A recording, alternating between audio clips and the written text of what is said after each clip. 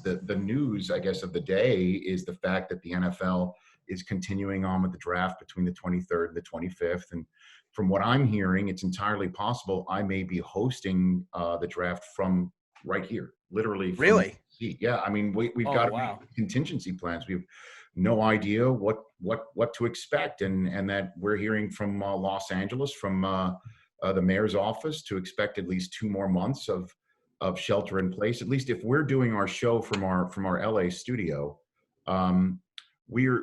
it's me and you and Del Tufo and like 3 other people, all of us spaced out in Yes. a large area by at least 10, 20 feet. I mean, the only people that's closer by are you and Mike, and you guys have been quarantined essentially. Right. So, but large television studio operations have ceased operations for the moment. And so it's entirely possible I'll be hosting from this chair, and I'll be dressed a little bit better than my sweat tailor. And DJ might be where he is, and everybody is where they are. And it's a broadcast. It's a broadcast of an event that I'm sure the NFL is sitting there thinking that it's a service to fans. And I kind of understand, if you will, both sides. I spoke to a high-ranking management official on the team side of things, talking about how it is a competitive imbalance for teams in a shelter-in-place city that are not using their war rooms and their facilities. Right. And other teams are in states where there isn't such a hindrance, and they are in their war rooms and they are all together in their facilities, that it's a competitive imbalance in a draft. And I'm also mindful that there's a problem with physicals, and teams are used to doing the draft in a certain way, and they won't be able to do the draft in this manner. And I go back and forth between, will it be tone deaf to have a draft if the death toll keeps mounting across the country?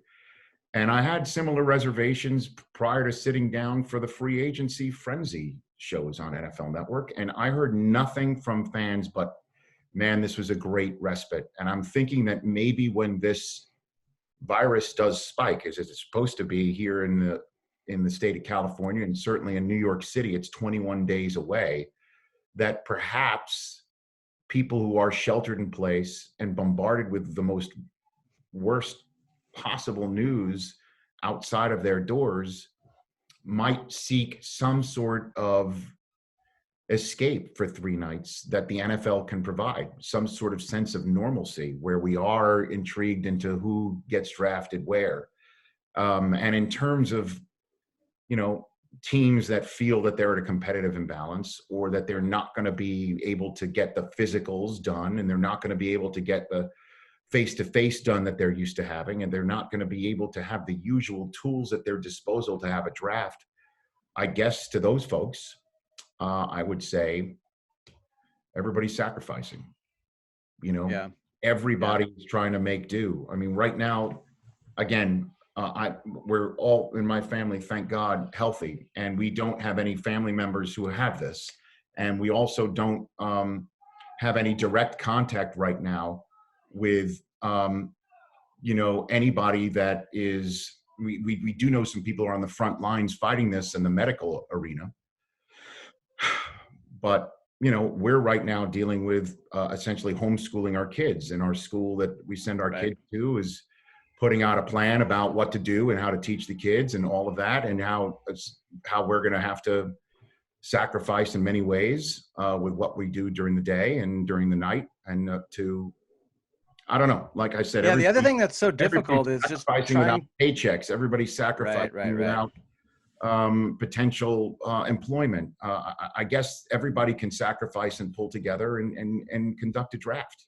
Yeah, just trying to predict what the world is going to look like a month from now, I think is impossible and not even worth it. And I'm just wondering how similar is to this, like you mentioned, from a players getting physicals when they held the draft during the lockout. Yeah, I mean, that was, I think, still just normal. That was still going as normal because players were not members of the NFL until they were drafted. So, they weren't members of the union until they were drafted. Right. And that was a big stink, man. I mean, that was a big stink that the NFL was really upset. I remember about the lockout where the Players Association was counseling rookies, don't go to the draft, don't Right. participate in the show, don't participate in a big, um, to do like the draft. And that was a huge stink. So they were still conducting the draft as if it was, um, normal. And I do think that the players that I think, the draftees that I think will be affected the most in the same way that Cam Newton is right now, or anybody that needs to have a medical look-see before a team commits to them, are players who are coming off of an injury, which is why you're seeing Tua, as we saw in yesterday's guest with Trent Dilfer, showing his workout videos on Twitter and recording them and putting them out there for teams to see. And I think that is the way players are going to have to go. But teams are going to also have to view that in the same way that I think people out in the real world view like a house or an apartment that they're thinking of renting or buying when they see the pictures. Yeah, right, right.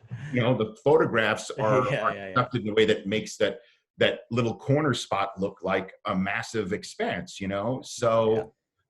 that's kind of the buyer beware that teams would prefer not to undergo. And I guess the last thing I would say about it would be, if not now, when? Right? I mean, we don't know. Kirk Herbstreit made a little Yes. bit to do when he said he doesn't think college football or football at all will be played this fall. We don't know. We truly don't know what we don't know. We can assume right now that it is in jeopardy. But if not now, I mean, when will there be an opportunity for teams to conduct the draft as normal? When will that be? July, August, September? Not at all.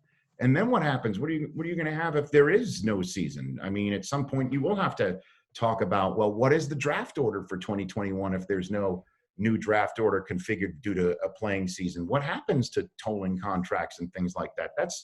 Do you want to have a draft in the middle of all that, or do you do it right now at the time where it's supposed to happen? Free agency did go off. Everybody thought that would be such a major problem with physicals and what have you, and that it may have turned off some fans to see contracts in the tens of millions of dollars being talked about as if it was normal when we have now a $2 trillion stimulus package passed. But I haven't really heard that. Maybe I'm wrong and people will see this and tweet at us.